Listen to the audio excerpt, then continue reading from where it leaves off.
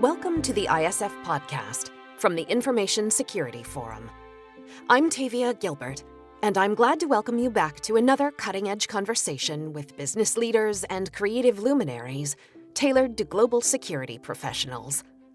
Today is the final episode in our special four-part series on ISF's latest report, Threat Horizon 2023, Security at a Tipping Point. Today, we are focusing on the report's third and final threat: security fails in a brave new world. 2023 will be characterized by uncertainty and obfuscation, putting into question the enduring relevance of information security and its attachment to the principles of confidentiality, integrity, and availability. Deep macroeconomic, social, and political changes will batter organizations, leaving them off balance and struggling to keep pace. As the information security function supports organizations in weathering this storm, it will be forced to confront its own shortcomings to explore and conquer this brave new world. I have to say, Steve, that after a year of COVID-19, crazy weather, crazier elections, this threat feels really daunting.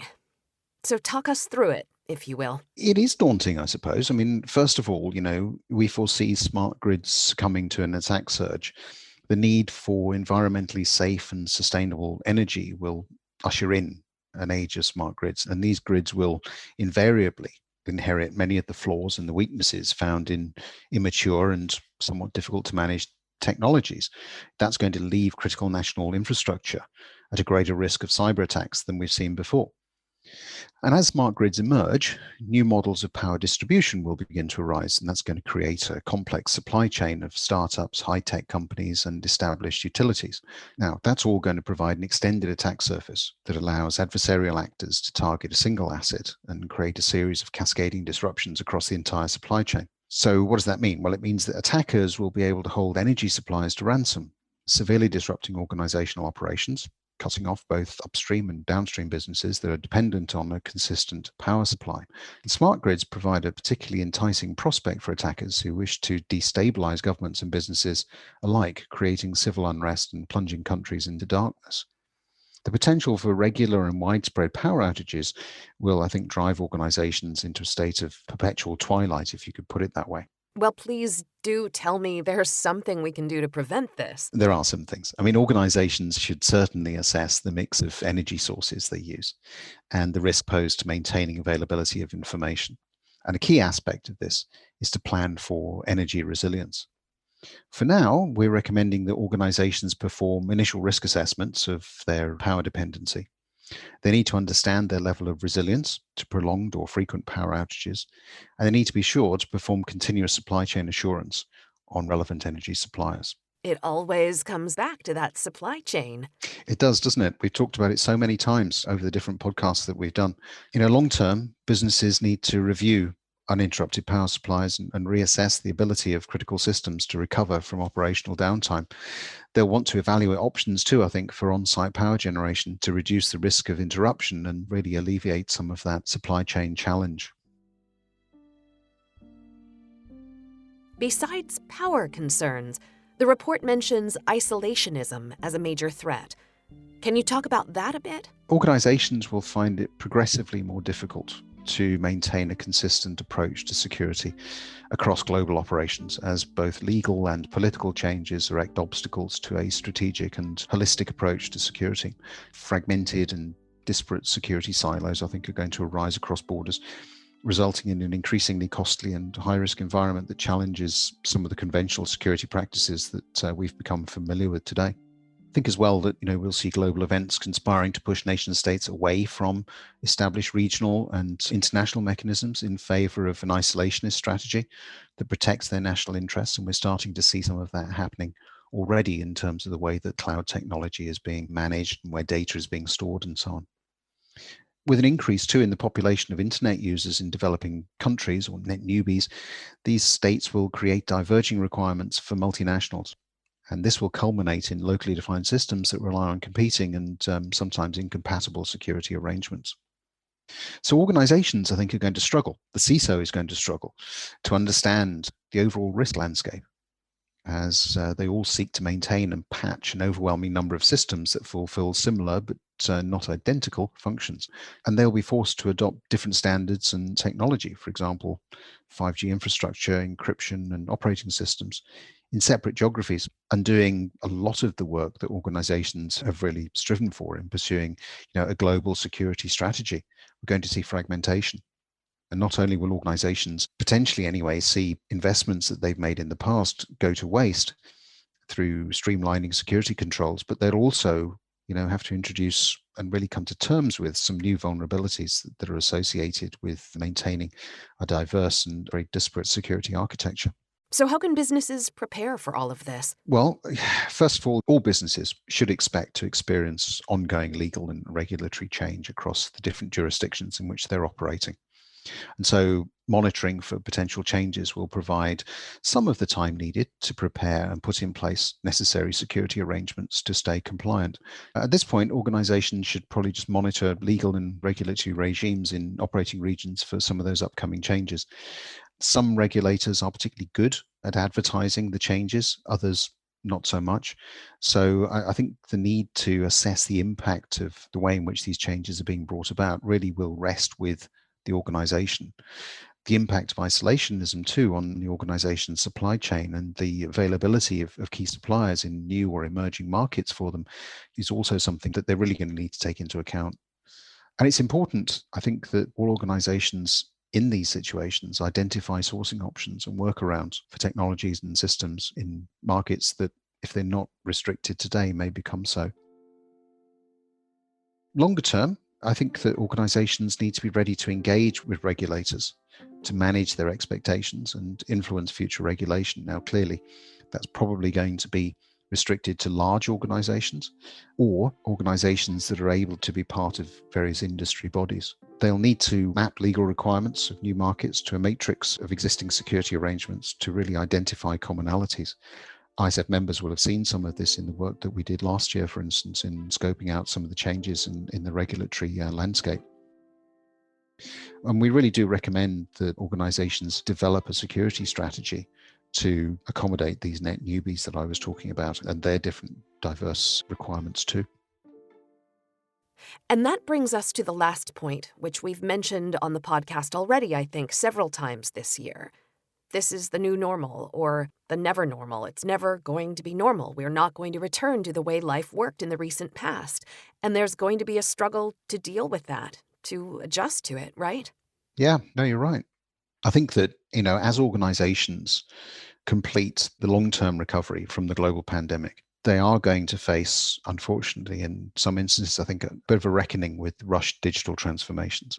In the new world of the never normal, established policies, processes, technologies will no longer be fit for purpose, amounting to an accrued security debt and a workforce that's more vulnerable to attack than ever before. And while this sort of new world environment, if you like, has the potential to offer a wealth of new opportunities for growth, ingenuity, innovation, it's also one in which business as usual will be something of an unrealized aspiration. I don't see us returning to that I don't see it ever, to be perfectly frank. I think organizations will move away from a central office and establish mechanisms of employee oversight, opting instead for, if not a fully remote or work from anywhere model, then certainly a hybrid. And this change from a managed, secured workplace to what is a fractured and disparate landscape will test previously proven security practices. Now, I know that some organizations also are indicating a return to the way that things were. I don't see that really coming about for the vast majority. I think we will see certain organizations able to do that, but the vast majority, I think, are going to be in this fast-changing hybrid situation. The overwhelming accumulation of vulnerabilities, that then result from this security debt that I'm talking about will really drive this threat.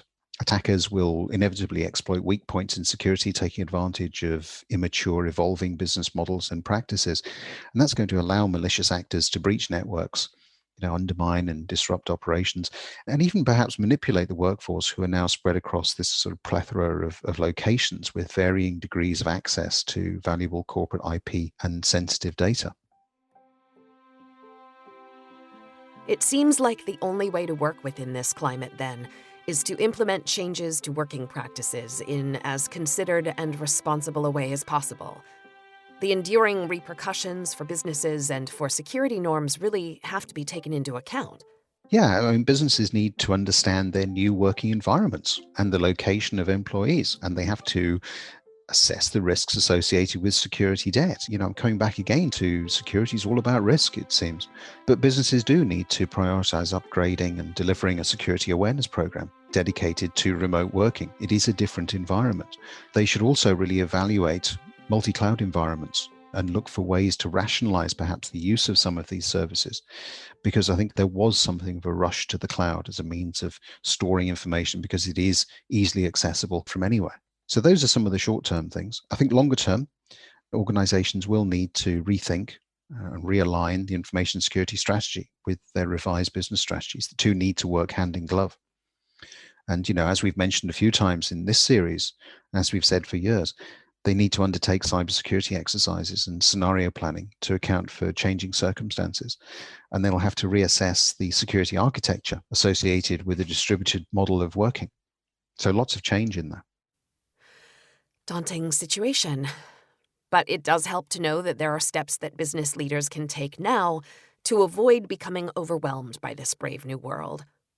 As the world is shifting inevitably into, I think, a relentlessly turbulent era of change, organizations really have to strive to understand and respond to how their business operating models are being contorted.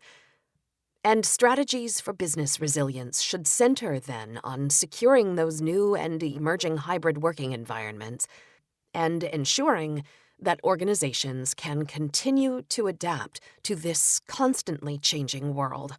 I think, security doesn't like change. And I think that one of the truisms that we'll be living through for the next number of years is that change is a constant. And people have talked about that before, but I think that from a security standpoint, the change hasn't been as impactful as it now will be, because there isn't anything that is a constant. You've always been able to rely on certain things in the security world that don't change. And I think that the speed and the rate of change will continue to increase. And whether or not people can ever keep up with that, remains to be seen. I'm not so sure. I think it comes back to, as again, and I say this so often now, it comes back to risk management.